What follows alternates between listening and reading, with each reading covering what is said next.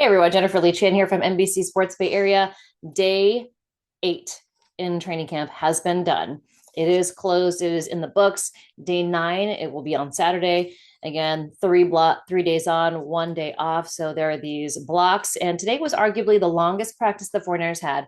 I actually had to leave early. Flight was an issue. Anyways, I didn't see the whole practice, but I just listened to Brock Purdy, Mac Jones, and Robert Saleh talk. And what I'm getting from the overall picture of what they're painting is that, yes, guys are doing a good job. We'll see flashes like CJ West in one on ones, like Jordan Watkins making a great play, like Nick Martin getting a forced fumble, like Upton Stout hitting hard or getting a PBU.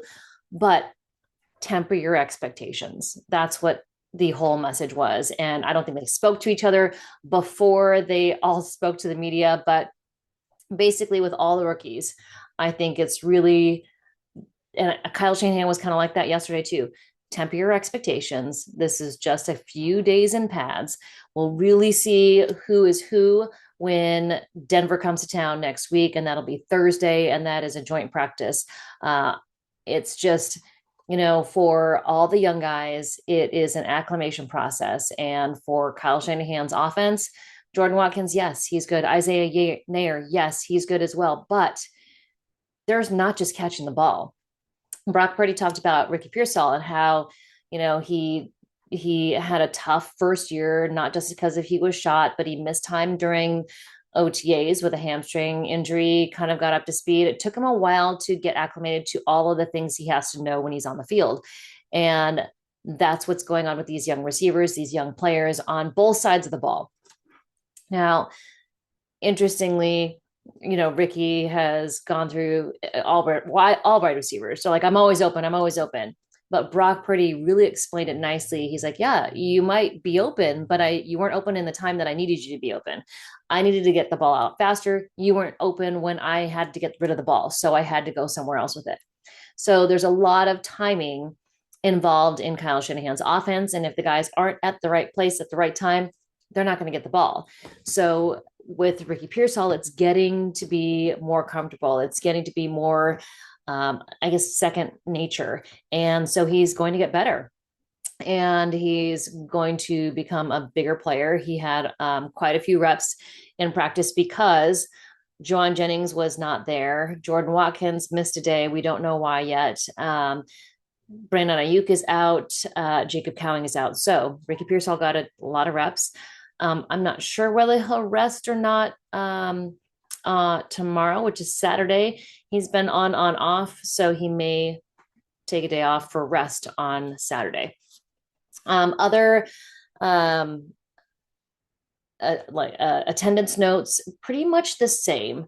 So you had Jauan Jennings, Jacob Cowing, Renardo Green.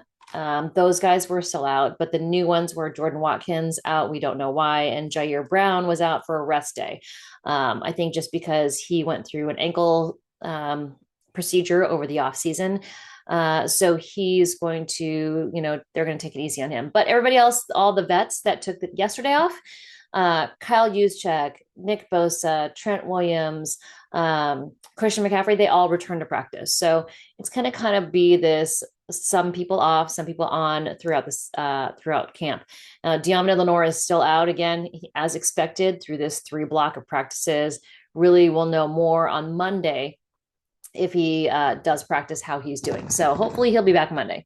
As far as the parts of practice that I did see, I saw some one-on-ones again, and I did watch wide receivers versus defensive backs again. And I did watch Russell Gage. I find it fascinating now that they want to work with each other to get better. Russell Gage versus Upton Stout. And I say Russell Gage is giving Upton Stout a run for his money, but Upton Stout is getting closer.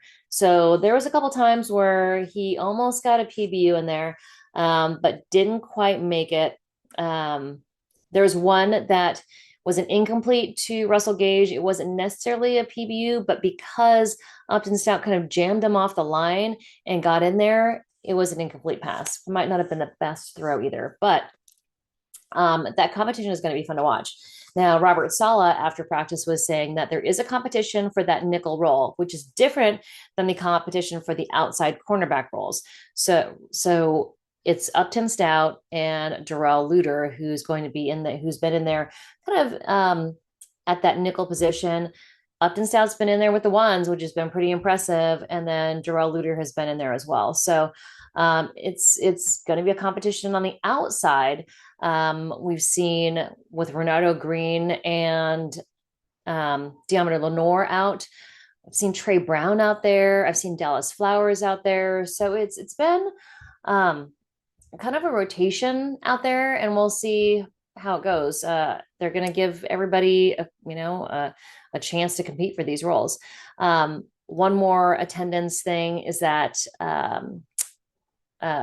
Curtis Robinson, who was dealt with an ACL injury that happened last year during training camp, he was past his physical.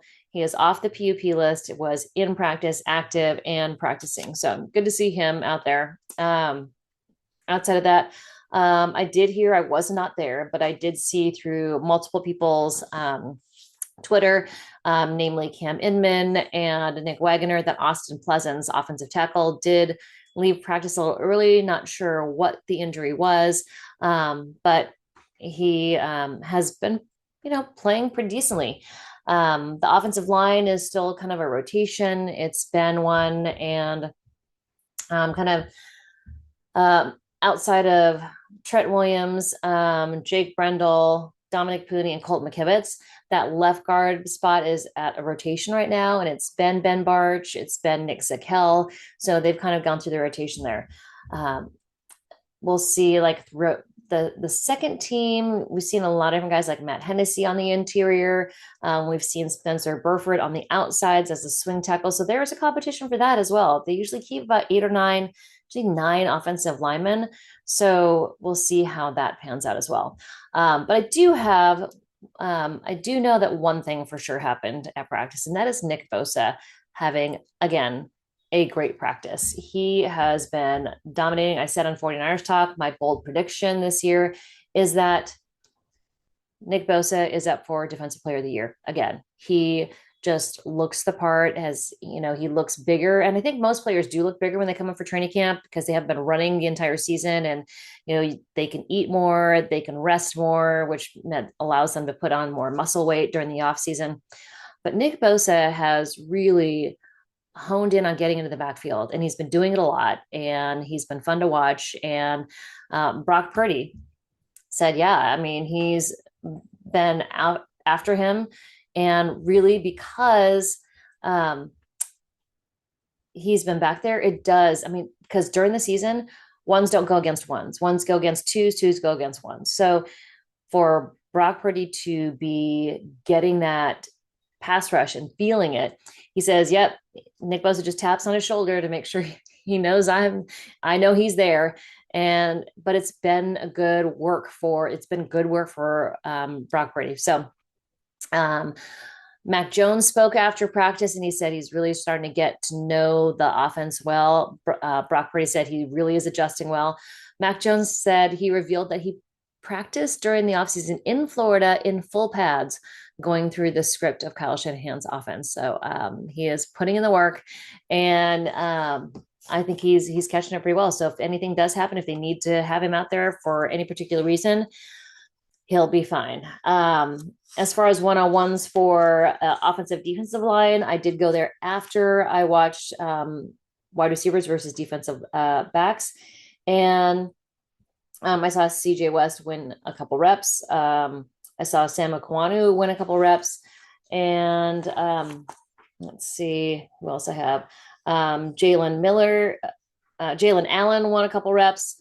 And then a newer guy who we haven't seen that much of lately, Sebastian Valdez. He's been on the team for a little bit. He's actually been flashing in one-on-ones. He's been not going against the starters per se, but he has been going up and getting some good reps. During 11s, we did see Jason Pinnock get an interception. It was kind of a ball that wasn't entirely accurate. I think it was intended for Russell Gage, but he got tripped up. And so Jason Pinnock got it. Through that, I think, I watched Michael Williams line up against Trent Williams, and it was a good rep. Got some pressure, but then I think in the later run, it looked like Nick Bosa went up against Trent Williams and won. Again, I think Nick Bosa, like it was just like he was back there so many different reps. Um, let's see, out of that after that, nothing too crazy. Christian McCaffrey was out there. Um, so they did some red zone, and that was Brock Purdy to Christian McCaffrey for a few yards, and then Brock Purdy to Christian McCaffrey for a run for a touchdown. As far as what happened on with the twos, Mac Jones was out there with Patrick Taylor, threw him a pass for a few yards, and then threw him a pass for a touchdown. So that was what I saw. I know there was more 11 on 11s when I left, but I'll be there more tomorrow. But that's all I've got for you today from day 8 49ers training camp. And I'm probably going to write a story about what Robert Saleh said about Nick Martin and Upton Stout, not the smallest, not the biggest guys on the defense, maybe the smallest, but how they play much bigger than their size. But that's my bold prediction. Nick Bosa up for Defensive Player of the Year. And those guys, those young guys, Upton Stout, Nick Martin, I think they'll get their playing time as well. All right. Hope you guys are well. Talk to you soon.